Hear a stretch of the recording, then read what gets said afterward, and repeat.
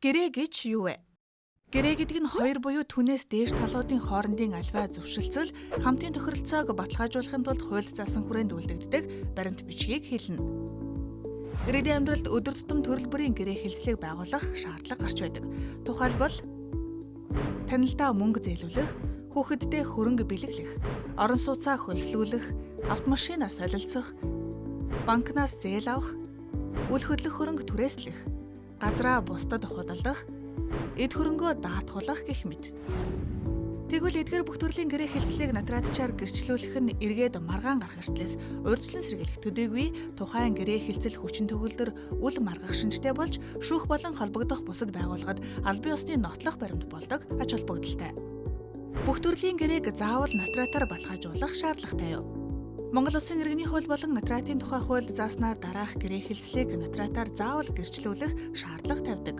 Үүнд иргэний хуулийн 109-р зүйлд зааснаар үл хөдлөх эд хөрөнгийг бусдад шилжүүлэх бүх төрлийн хэлцэл, иргэний хуулийн 132-р зүйлд зааснаар гэрлэгчдийн эд хөрөнгийн эрхтэй холбогдсон гэрээ.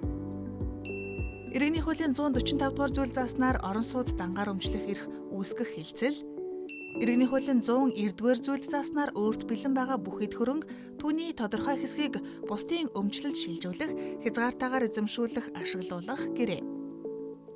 Иргэний хуулийн 189 гэр бүлийн тухай хуулийн 45-р зүйлд тус заасны дагуу тэжээн тэтгэх гэрээ. Иргэний хуулийн 122-р зүйлд зааснаар эрх шилжүүлэх гэрээ. Иргэний хуулийн 43 нотариатын тухай хуулийн 46-р зүйлийн 46-гийн 1-ийн 8-д тус заасны дагуу хувьцаа бусад үнд цаасыг бусдын өмчлөлд шилжүүлэх гэрээ зэрэг хамаарна. Харин бусад төрлийн гэрээг нотариатч үйлчлүүлэгчийн хүсэлтээр гэрчилдэг байна. Нотариатын тухай хуулийн 46-р зүйл зааснаар нотариатч гэрээ хэлцлийг гэрчлэхдээ хуульд нийцсэн эсэх, талууд тэгшэрхийн үндсэн дээр гэрээ хэлцэл байгуулсан эсэх, бусдын дарамт шахалт болон бусад хүчин зүйлсийн нөлөөлд автаагүй эсэх, агуулга нь үйлчлүүлэгчийн хүсэл зоригийг бүрэн илэрхийлж чадсан эсэх, үүсэх үр дагавар үр дүнд бодтой хандаж чадсан эсхийг тус нэгтлэн шалгана.